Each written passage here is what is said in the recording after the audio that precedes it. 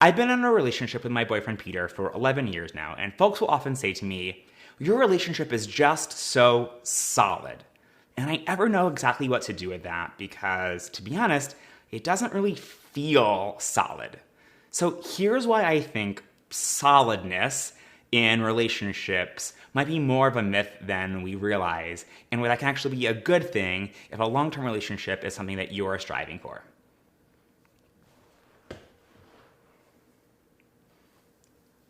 This whole video, though, needs a big old disclaimer that being in a long-term relationship is not what makes you a valid or a whole person.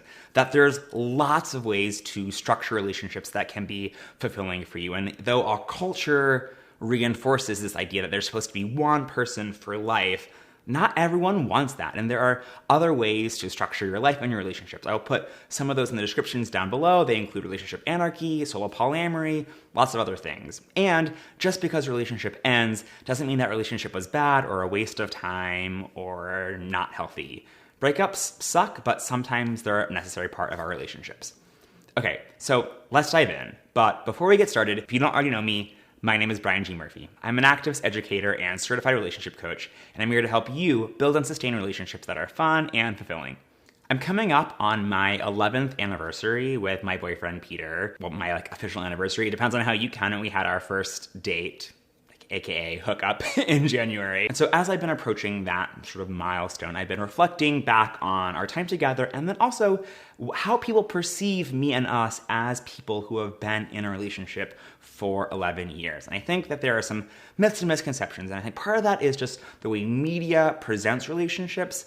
And also it's part of the way that we talk about relationships. And I realize that I might be contributing to some of the stereotypes about what a long-term relationship actually looks like on a day-to-day basis from the inside. And so I don't want to do that anymore. I talk here on this channel about the good parts of my relationship and the benefits and the joys of open relationships and polyamory and how to try and make that work.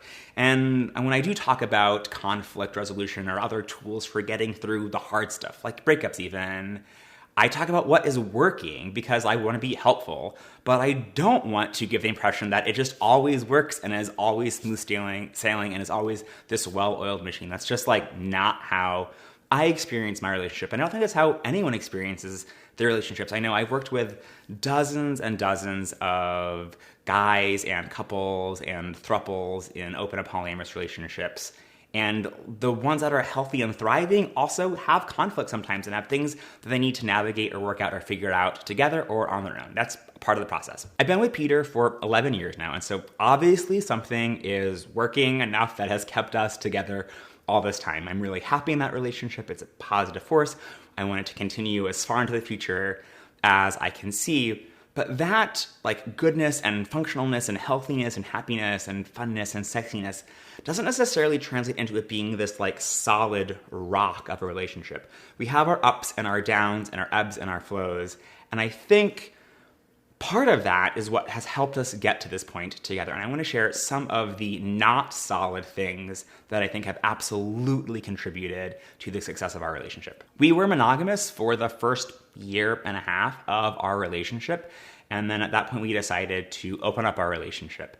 But it took us about 8 months to go from having that initial conversation about, should we do this? Is this something that we want to do? To actually deciding to do it. And I know that for me, I was thinking about it for a few months before, at least a few months before I talked to him about it. And I don't know if or how long he had been thinking about it, but it was definitely a process. And so that period of 8 months in the middle there was a lot of uncertainty about what our relationship would look like and were we going to do something to mess it up and sort of taking apart the model that we had up until this point and then putting it back together in a new way. And I think that's something that's going to happen over and over again of breaking down our expectations and putting them together in a new way that works for us. And then 3 years into our relationship, we decided to take a break from our relationship. This is something that we told our close friends. It wasn't a secret by any means, but we didn't necessarily broadcast it on social media or blog about it. I didn't tell my parents about it. It was partly private, partly public, but definitely not a secret, not a shame. And we were officially separated for 9 months. We kept in contact. In the beginning, we talked pretty regularly to figure out what it would look like going forward. And then we took a break and maybe only talked by text or GChat every week or so. At some point, we started getting together for like a weekly dinner just to sort of check in and see each other. And then over the course of those 9 months, we started seeing each other more and more and started hooking up again and eventually decided to make it official again. But altogether, there was like this 9-month of unofficial break. And I think that space, at least for us, was an opportunity to get some clarity on what we wanted, to find ourselves again. I know that we had become very sort of like enmeshed and on top of each other, and it was hard to like find ourselves. And so we were able to separate a little bit and then come together as two whole individuals to chart a new life forward. And I definitely credit that break as part of the success of our relationship. Breaks don't work for everyone. Sometimes breaks don't always turn into long-term successful relationships. Taking a break doesn't always translate into getting back together and being together long-term. Sometimes taking a break gives you the clarity that you need to end it for good, and that's okay too. And then over the past 11 years, we've had conversations where we've sat down and said, do we still want to be together? I'm not sure. I have had doubts. I don't know what I want. And we've talked about, do we want to break up? Do we want to stay together? Obviously, we're still together. The answer has, at the end of that process, always been yes. But there were periods where it was not clear. Sometimes it was just like a little lingering doubt that once one of us said it out loud, it was like, no, I definitely don't want that. But sometimes it was something we really stewed with, being in an open or polyamorous relationship. Obviously, we have had other partners, other people we've hooked up with, dated, that we have been interested in and have sort of like wondered, like, is an open relationship right for me? Do I want to close it down? Do I want to become monogamous again? If my partner wants to be open still, do I want to be monogamous with someone else? Like, what does that look like? There have been questions swirling around, and I think not being afraid to ask those questions and then truthfully answering those questions has made us stronger in the end, rather than if we had just tried to ignore the questions and tried to always be on the same page, a completely unified front. We also, at some point, lived in separate states for about 6 or 7 months. So we had a long-distance relationship. I was in Maryland and Peter was in New York still, and so we saw each other much less often than we did when we lived in the same city. And then about 1.5 years ago, I was in Los Angeles, starting out part-time and then mostly being here all the time while Peter was still in LA. And he had the intention to move out here, but there wasn't a clear timeline for when he would get out here. We were sort of, again, in this long distance type relationship. And that's been on the table again for us in the future. We live together now, and I love this apartment. And also when I think about the future, I imagine living with him, but also the possibility of living separately in the same city or living in different states or even different countries is always something that is on the table. And to me, this lack of solidness to our relationship is actually a benefit to me and to our relationship, I think. That it's a flexibility that allows us to thrive over the long term.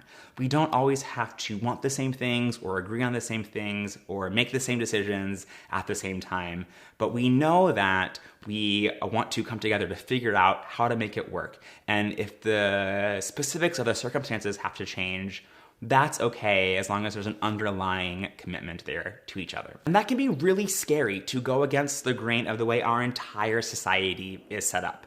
There aren't structures in place to support polyamorous relationships. And culture, even our well-intentioned friends, don't always know what to do with people who are in relationships that are a bit unconventional, even if they're a couple. For instance, Peter and I don't have set sides of the bed. We switch sides back and forth somewhat willy-nilly, and that just like blows people's mind. And that's just like one tiny little thing.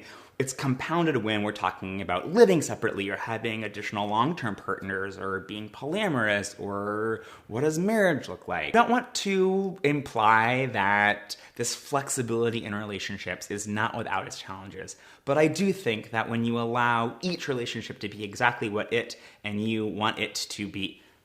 So I don't want to imply that this flexibility in relationships is not without its challenges, but I do think that when you allow each relationship to be what you and the other person want it to be, whether that's a romantic partner, a friends with benefits, an ex, a platonic friend, or something else entirely, that you're able to know yourself and see the other person more fully, and that ultimately creates more trust and more connection, and ultimately more fulfillment, and you're going to be able to sustain that essence of like what is most important to you and to that relationship over the long term, rather than trying to fit it into someone else's box. So I think the TLDR of this video is to not try and structure your relationship to match the Instagram version of someone else's relationship, but rather to build relationships that are right and healthy and fulfilling for you and the people involved. If you want more tips, tactics, and resources on dating, and